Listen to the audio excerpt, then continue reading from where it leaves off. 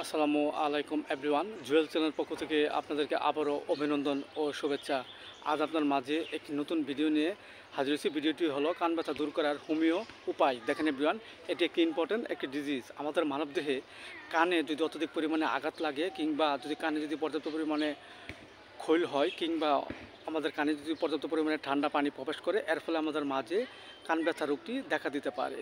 So everyone, এই রোগটি আমাদের মাঝে হলে যে উপায়গুলো থাকে তা হলো, এই রোগ আক্রান্ত ব্যক্তিটির যদি কানে ছোট ছোট ফোড়া হয় এবং প্রচুর ব্যথা করে, এক্ষেত্রে আমরা যে ওষুধটি সেবন করব সেটা হলো ক্যালকেরিয়া পিকাটা 30। আমরা 2 ফোঁটা করে সকাল বিকাল 2বার সেবন করতে পারি।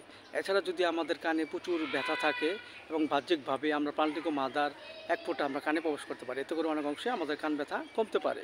এছাড়া আমাদের মাঝে যদি হঠাৎ ঠান্ডা লাগে কানে এবং প্রচুর ব্যথা করে, কটকট করে, দপদপ করে, কান ব্যথায় ব্যক্তিটি অস্থিরতা ভাব থাকে, এই ক্ষেত্রে আমরা যে ওষুধটি সেবন করবো সেটা হলো একুইনাইট 30। আমরা 2 ফোঁটা করে সকাল বিকাল 2বার সেবন করতে পারি।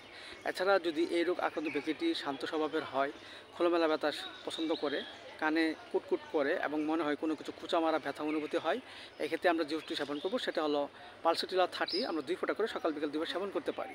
এবং পাশাপাশি আমাদের হোমিওপ্যাথিক যে বায়োকেমিক বড়ি ফেরামফস 6 4টি করে চিবিয়ে আমরা হালকা গরম কুসুম পানি সহ আমরা সকাল বিকাল 2বার সেবন করতে পারি। এতে করে আমাদের মাঝে যে কান ব্যথা রোগটি দেখা দিয়েছে তা আস্তে আস্তে ভালো হয়ে যাবে এবং আমাদের মধ্যে সুস্থতা ফিরে আসবে। সো এভরিওয়ান, ভিডিওটি ভালো লাগলে অবশ্যই আপনারা লাইক দিবেন। Thank you so much.